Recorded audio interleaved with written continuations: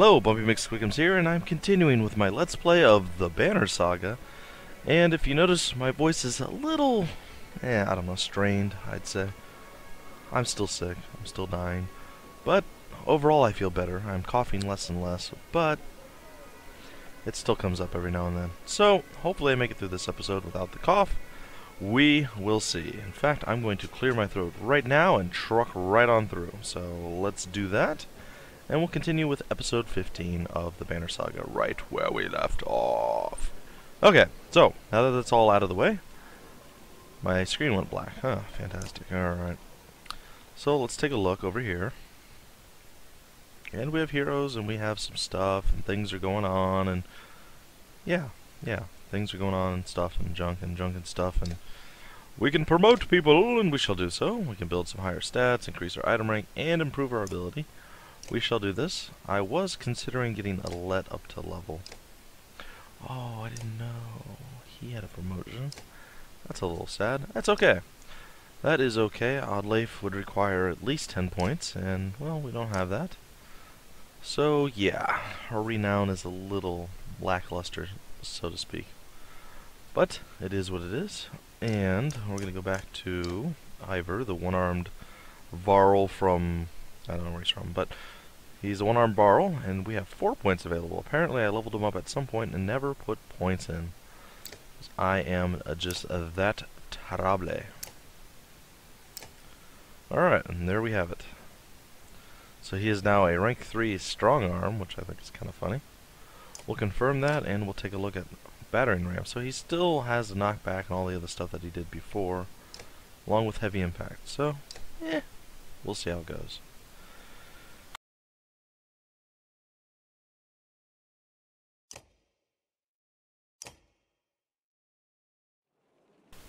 Okay. Oh, man, it's rough. Alright, so she's moved around, so we'll talk to her. Nid. I don't know if we've ever spoken.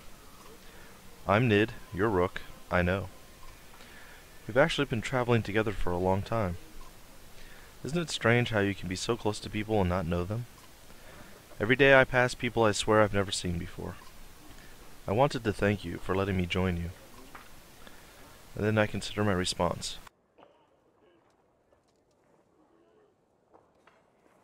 This is going to be a really difficult episode to get through, guys.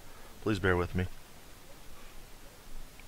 I'm trying very hard, but for whatever reason, right now is the time that I have begun to start coughing once again. So, I apologize for that. Excuse me. Alright. Have you always been such a good shot? Where are you from? And you're welcome. I should be going... Where are you from?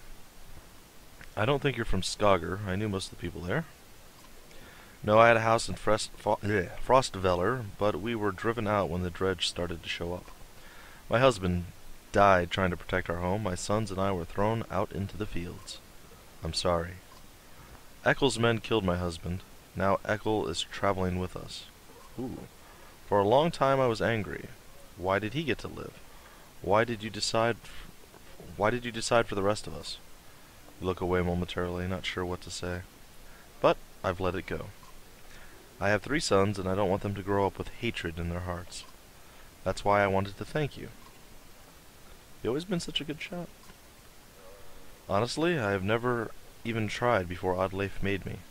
I spent my whole life making clothes, cleaning. Oddleif's good, but I don't think it was all her doing. It feels right. I just look where I want it to go. Anyway, I feel better. The caravan, the people worrying all day and making problems. Sometimes they really stew in their misery. I'm glad I can do something helpful. You're welcome. I should be going. Don't think anything of it. We all have our own problems to deal with. Let me know if you need me to put an arrow in something. She returns to her tent where her boys are waiting for her. Well, nice little back and forth there between Rook and Nid. And I don't want to do a training mission or faux fight, as it were. So, let's see, do we have anyone who's... No one's injured. And we have quite a few people, too, which is kind of nice. We really need to get some of our tankier folks up to the high end of the totem pole, so to speak. because they're kind of lackluster right now. She didn't quite kill 2, so she hasn't leveled up. I don't know.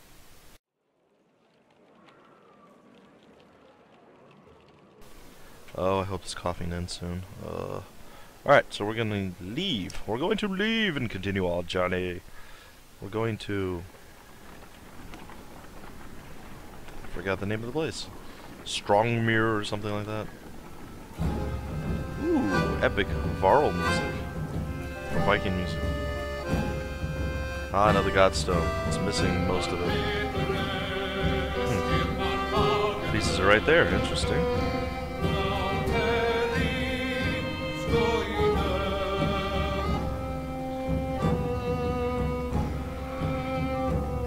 So we're heading off to meet Juno at some city with, well, a decent-sized caravan. The Godstone of Dunder passes around you. In the frozen climates here, it looks like the rock has split and is falling apart, held together only by the deep snow. Curiously, when standing between the stones, the wind drops off completely, picking up once again once you pass through. I almost wonder if we should rest here for the night, says Iver, who seems to have noticed the same thing. With all the snow around it, Dredge might not even be able to find us. We'd stay here overnight, inspect the Godstone, but move on afterward, or get back to the road without stopping. We'll stay here overnight. You walk around camp before settling in. Along each strand of Dunder's massive beard is carved a different part of his history, and you turn your head to and fro to read it. While the Loon Mother was the first to create, she soon found a counterpart in Dunder, who embodied her ideals in a masculine form. Dunder took some of her creations, gave them beards, and showed them the secrets of smithing, though many remember him just as fondly for teaching them games and songs of mirth. Excuse me. As the camp settles in, you notice a group of boys huddled around something.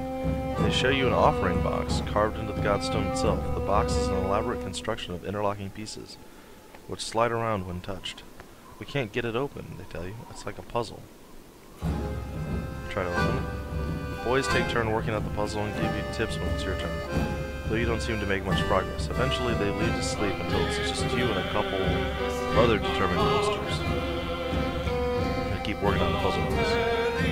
It's hard to know how long you spent sliding the smooth puzzle pieces, but when people begin emerging from their tents, you know you're in trouble. Exhausted from a long, sleepless night, worse still, the box remains closed as you shuffle wearily along with the leaving caravan.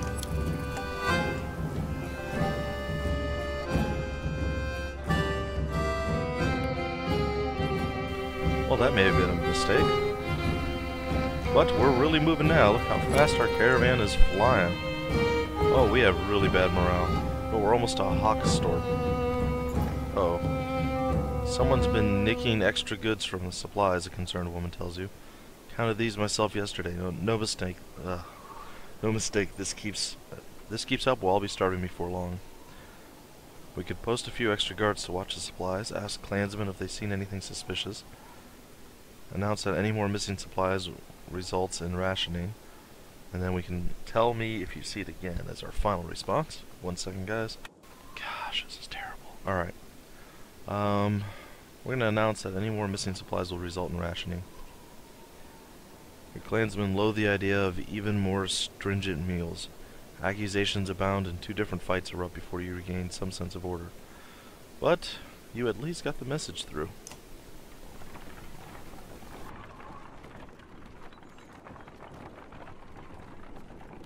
Not sure what I did, but I mean, I was really okay for several hours now, and all of a sudden I decide I should be able to do my recording. I'm not doing too bad, and now all of a sudden I'm coughing ridiculously large amounts. Alright. In the distance, Hawkstorp smolders like an old campfire. Even from here you can see black figures shambling through it. That looks like a dead town, remarks Iver, confirming your impressions. There's usually survivors, Oddleif reminds you. Check it out just in case. There's no time. We must keep moving. We're going to check it out just in case. I hope others would do the same for me. Dredge are nothing we haven't faced before. Iver grunts, but otherwise says nothing. Besides, it might throw Bellower off the scent a bit. You head a day's march out toward Hawkstorp. It looks like we'll have some combat! Or not, maybe. Oh. As soon as you've stepped foot in the small town, you think you've made a mistake. It's thoroughly littered with corpses. Within moments, the Dredge are upon you as though you stirred up an angry hornet's nest. You draw your weapons. Alright, looks like it's a battle time. Alright, let me think about this here. I don't really see a reason to swap out anybody. Utilizing Eyvind would be a good thing, but at the same time, would it really? Would it really? 2 frontliners and 4 backliners technically, because Rook's a backliner too. Well, we're gonna roll with it. Let us see what we can come up with. Let us see if we can achieve victory, or if we will die a horrible death. Excuse me, much like I feel. Alright, so we're loading. Oh, that doesn't look pleasant at all.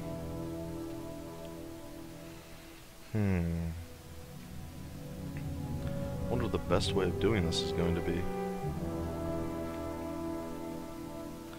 Well, I don't feel the split Magoo right now is the best course of action.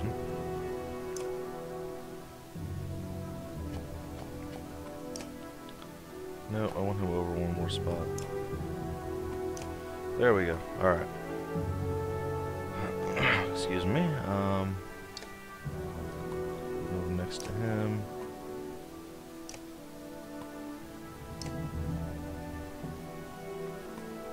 Well, I think that's about the best I can hope for. So let's see what happens here. Let's give it a shot. And it is our move first, of course. So we will move forward. And we will do some shield damage on this individual right here. We shall crack him good. Oh, and we're going to take... Oh, a shot. Wow. That I would not have expected. Prevents us from utilizing our morale gain. But he is now completely out of the fight as far as armor goes, so everyone should be able to do some significant damage to that individual. And I rather like that. Alright, we're going to take his attack down half of what it was.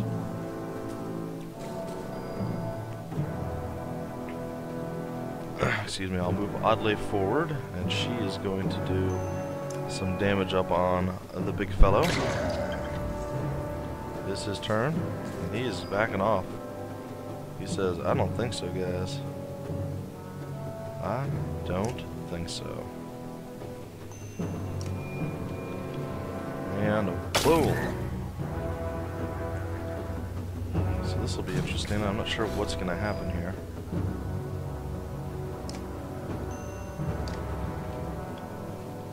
Definitely gonna do some armor breaking. And Nid's gonna get her shot in. So they only have the one ranged guy, so that's kind of a good thing. I want to say I'm gonna move here. Try to prevent this guy from getting any closer. Doing a little bit more armor breaking, so hopefully our guys can back that up a little. I also think I'm going to take a pot shot at this guy, take him out of the fight. Because he seems to be the one that's going to hinder us and hamper us the most. So if I can eliminate him from the fight, we'll be in a fairly favorable position. Pretty sure I can... Oh, I can't quite eliminate him. We'll weaken him to the point where he's solely an armor breaker. Oh no, oddly.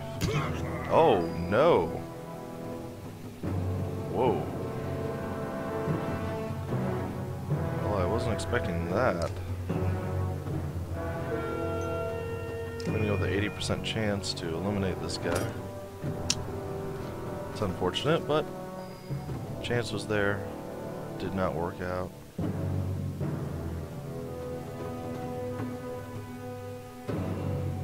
She is going to thread the needle.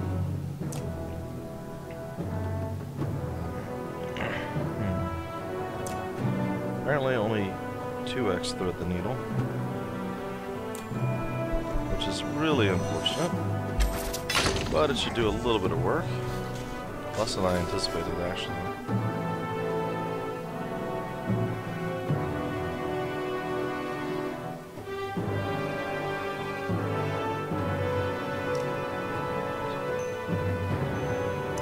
She can do some significant damage to the guy's armor that we completely broke already. Which is good, but oh man. At the same time, it's not that fantastic, all things considered.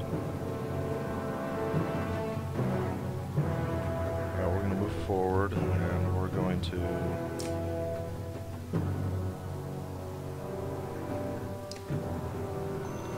I guess break his armor down some more, so hopefully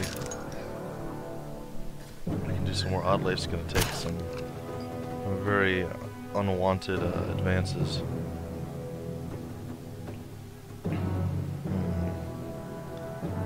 He moves after odd lifes, so eliminate his armor completely, and it traveled through to other guys, which is good. Now, it is unfortunate, but Oddlace should be able to do a little bit of damage. She can completely eliminate this guy.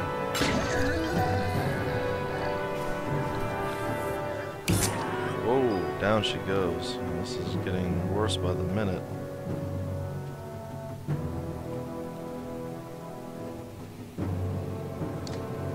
But Galette is still standing pretty strong. Oh, that's not okay. We're gonna have to stop that immediately. And stop it we shall. Go Nid and earn that promotion. Very nice. Good job, Nid. And I'm sorry about that. Ugh.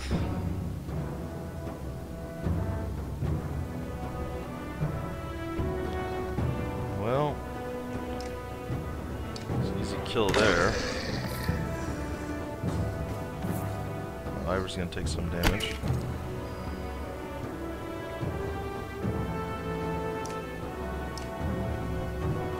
Break out some more of his armor.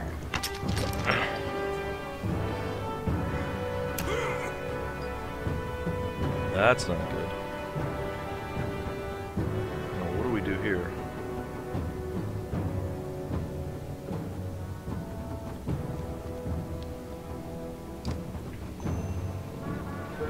Oh, we're really gonna have to hit heavy because we're running out of frontline bodies. In fact, sorry, we're already out of frontline bodies. What if I move here? Do that. I battering ram this guy right through.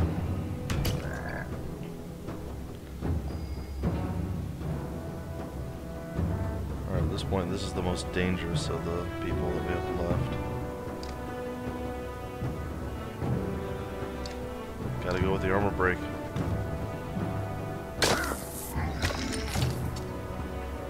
I traveled through all three. Now Rook is going to take a fistful of pain. But Alette should be able to vindicate him a little bit here. And there she goes. A little bit of vindication. But he's gonna probably fall. Yeah. He's done.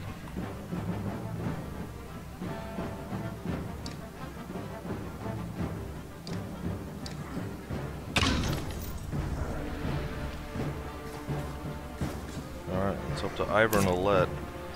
Things are looking pretty nasty right now.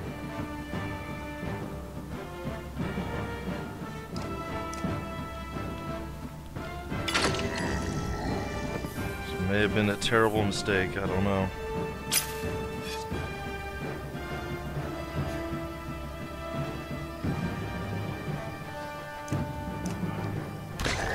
Iver's still alive. But I think he's going down here. Oh, he's still there. Still standing strong. And boom.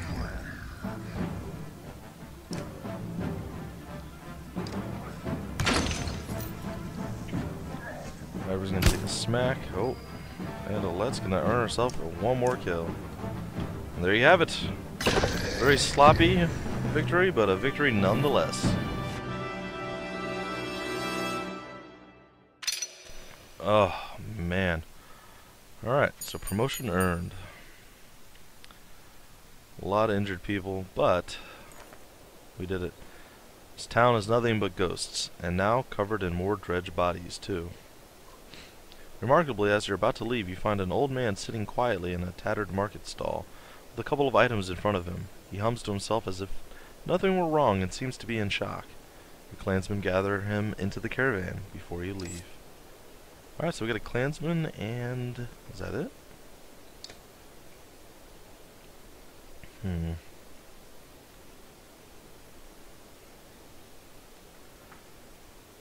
don't know. I think what we're gonna do is get this. And maybe get some more supplies. We can't. There's no more supplies available.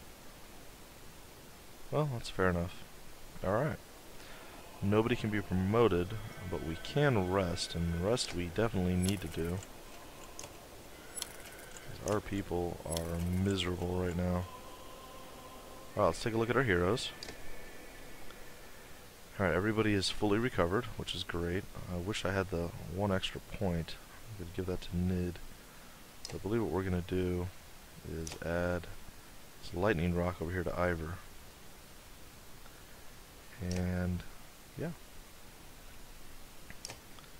it's going to be okay. We will also add this, I guess, under her, because, well, it's there, we might as well, right?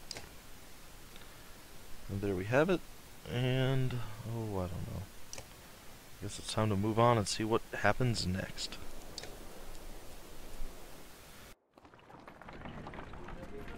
So Hawkstorp was probably a mistake, but we did manage to gain an old man. Not sure that's extremely useful, but we got one. The sounds of a skirmish alert you to a Varl surrounded by half a dozen armed fighters. One man spots you and shouts, "Leave us to our business! This Varl killed my father without reason." The Varl is about to respond when the man attacks. The giant swats the blade aside and silently watches for the next assault. Let us hear what the Varl has to say. Varl shrugs as if unconcerned, saying, "This one's father and I had a business deal. He lied, now he's dead." "Lies!" shouts the man. "You murdered him over a lie, you coward!" The men wildly attack the Varl, who deflects them well enough, but you're uncertain of how long he can keep it up. I'm going to defend the Varl. I particularly like the giant men. Iver, you say, we could use any Varl with a good sword arm, couldn't we? He nods, readying his weapon. The men immediately back off. The prospect of fighting your entire army suddenly seems unappealing, to say the least. They watch from a distance, shouting obscenities and something about injustice. The Varl turns towards you. "Didn't need the help, but if I am going to travel, it may as well be in the company of other Varl." He falls in line with the others, and you return to travel. Well, there you have it. I wonder what happened to Luton. See, I've done this actually broken up over pretty close to a month now, and I'm a little lost as to what's actually happening.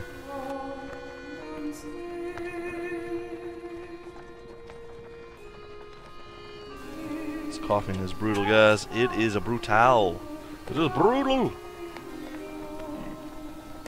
So I'm going to start redoubling my efforts to get content out at a more scheduled manner, more in pace. I'm going to set certain episodes of things up on certain days so you guys always know when to look at it, and I can actually have a strict schedule that I myself can abide by to make sure I don't fall behind, because I have fallen behind on quite a few things now, and well, there's no reason for it. I shouldn't be doing that. So I will work pretty hard at upping my awesomeness, at least to the next level. Then after that, we'll see where it goes.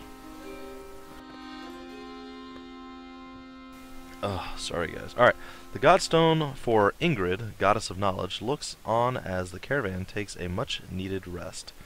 Iver shoos some children away from a solitary Dredge slinger laying dead beneath a stone. Should we be worried about that? You ask Iver, pointing to the Dredge body. I don't think so, he replies. Still, couldn't hurt to have a few guards look around. Hours pass without warning. We inspect the godstone. Oh, man, I swear my eyes are going to start bleeding soon. Alright, Ingrid's godstone is carved with ancient runes which don't make much sense to you, though Eyvind tells you some of the menders have deciphered them. It's how the menders learned the language of the gods. Past the largest stone, a long series of slabs contain more writing all the way down the hill. The odd thing, he tells you, is that the writing occasionally changes depending on who is reading it. Usually it describes the history of the gods, but it can be about nearly any topic. Sadly, Eyvind doesn't know how to read it himself. Juno could, he says. It's time to pack up and move on. As you're readying to depart... Oh man, look, hear that, guys? My voice cracked. As you're readying to depart, you hear screams from near the main godstone. The same boys so curious about the dead Dredge before are shrieking and pointing. For a moment you think it must not have been dead, but then you see that they have opened a wrapping that was in the Dredge's hands. Wait, says Iver, his arm across your chest. This shouldn't be seen. Get everyone away. A chill sweeps over you. Alette pushes past and gasps. Stop! Shouts Iver, but the curious onlookers have already seen it. What is it? Leave it. On the ground before the dead slinger is a small, stony figure, its hands searching for something it can't find. That's a baby. There's a baby Dredge. That Dredge is a woman? We've been killing women? We've been slaughtering women and children this whole time? Leaving them to die? In a war, it's only the males who fight. We've been fighting these Dredge the whole way. Why are women and children, or women with children on their backs, attacking us? They're not invading, they're running. Everyone stops dead in their tracks. The entire caravan is gathered around, aghast. When I spoke to Juno, she told me something was coming. She didn't know what. A darkness, something black is covering the world, and the Dredge are running from it just as we're running from them. The serpent, the quake, it's all the beginning of the end. Iver, you knew! Why? Why didn't you say something? Iver? Say something, Iver. This isn't the time. When I was young, I killed one of the Sunder during the Second Great War. We called it Raise. Every time we would build our defenses, it would flatten them and push us back again. I became separated from the rest of the Varl and stumbled upon Raise deep in a snowstorm. Alone. She was nursing. I threw my axe, it twisted in the wind, her son died in her arms. She was so pathetic, kneeling in the snow. She didn't even try to stop me when I took her head. That's how I killed a Sunder. When I found my way to Grofheim, I think that's how you say it, the Varl wanted to make me Kender, next to be king. I left, walked until I ended up in Saga, where no one knew what I had done. The only sound is the wind blowing through the trees. Well, that's some heavy stuff right there. Wow. For a long time, nobody says a thing until a child breaks the silence. What do we do with the baby? She asks. A lump forms in your throat, looking at the small obsidian creature squirming before you. You can put it to a vote, insist on taking it with the caravan, insist on leaving it behind, stay out of this one. Ugh, another horrible choice I have to make. No! I actually can almost read half of this stuff. It's like a weird variation of runic writing. Huh. Alright, sorry. I'm taking it. You argue strongly for showing mercy and humanity. Some of the women in the caravan hesitantly agree to take the Dredge infant, while others are furious about bringing it along. Not long afterward, one of the women comes to you. Its swaddling was being held by this, she says, giving you a hairpin that looks distinctly undredge-like. An inscription on the silver almost slips your notice. Persevere. From the goddess herself, if you ask me, the woman tells you. Ooh, we got the Vadrun silver brooch. So, yeah, we're definitely getting more and more interesting on this story. Things are starting to make more sense, and I apologize for having to clear my throat. Seems my coughing has settled down a little bit, and let's hope it stays that way. I'm hoping tomorrow I'll be back to normal.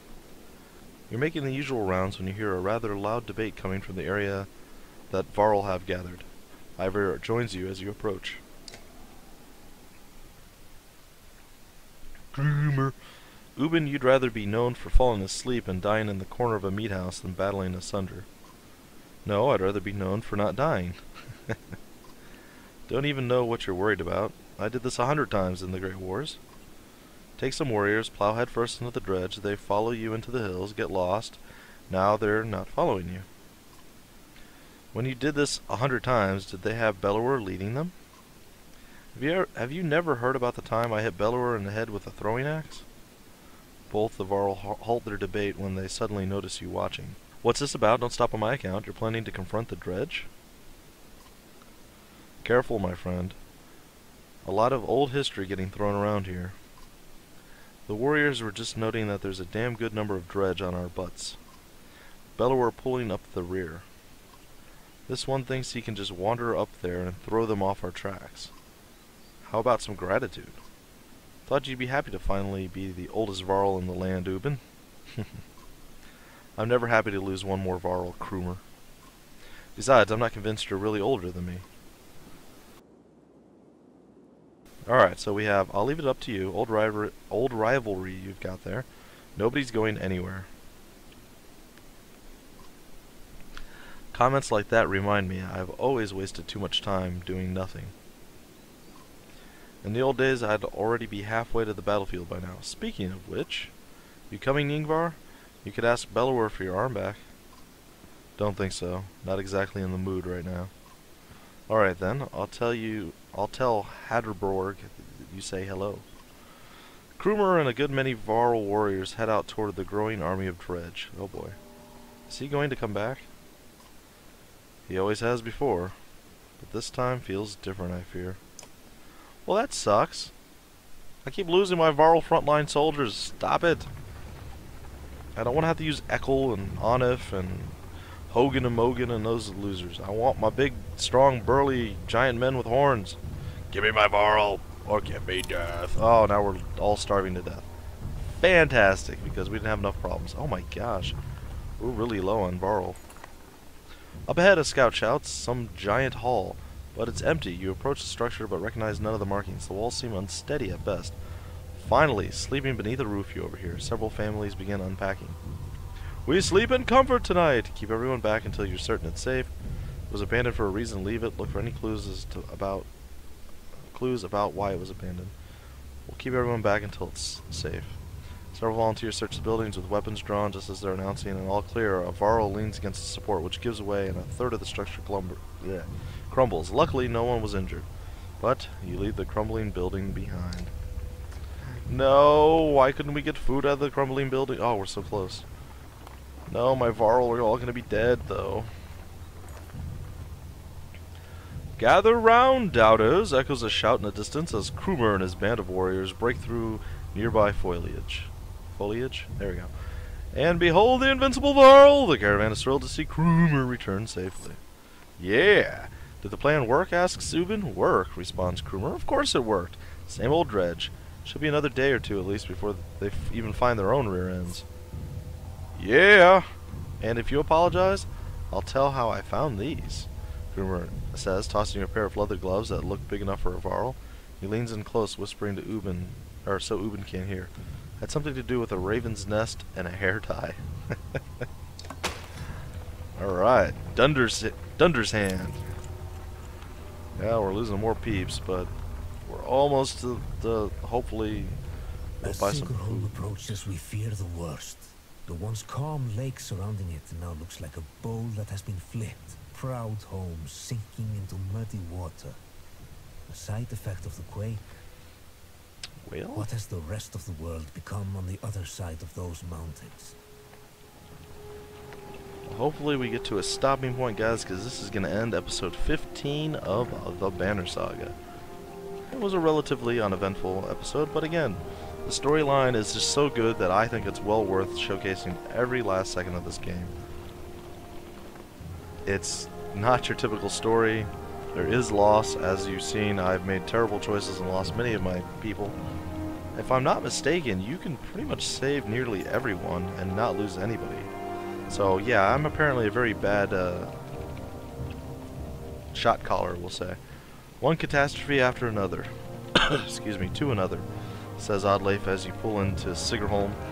The town appears to be sinking into the lake. Townspeople peek from dark windows and makeshift hovels further up the hill. No, says Eyvind, looking frantic. Where is she? He runs to the front of the caravan, looking out over the water. Juno isn't here. You get the creeping feeling you're not welcome either. Going upriver looks out of the question. The beach is bare, aside from the occasional skeleton of a ruined fishing boat. You reluctantly set up camp in the sinking town. And no. All I'm saying is, how long are you willing to wait? While taking stock of caravan, the caravan, you've inadvertently walked into a debate between Oddleif and Eyvind. As long as we need to. And I think we need to get out of here. I don't feel good about this place. Why? What's wrong? Something doesn't feel right. The people here are staring at us like those vultures in the wastes. I'm sorry, Eyvind. I think Oddleif is right. I saw a man. The whole time we were setting up, he was just watching me. In a creepy way. And how long before the Dredge find us here? Juno will come. Just give it a little more time. Rook, listen to me. I need you to trust me on this. And with that, we call a close to the end of the episode. So, thank you guys for joining me for this cough-filled adventure into the Banner Saga. I'm hoping, like I said, I feel better by tomorrow and things get underway a little more streamlined.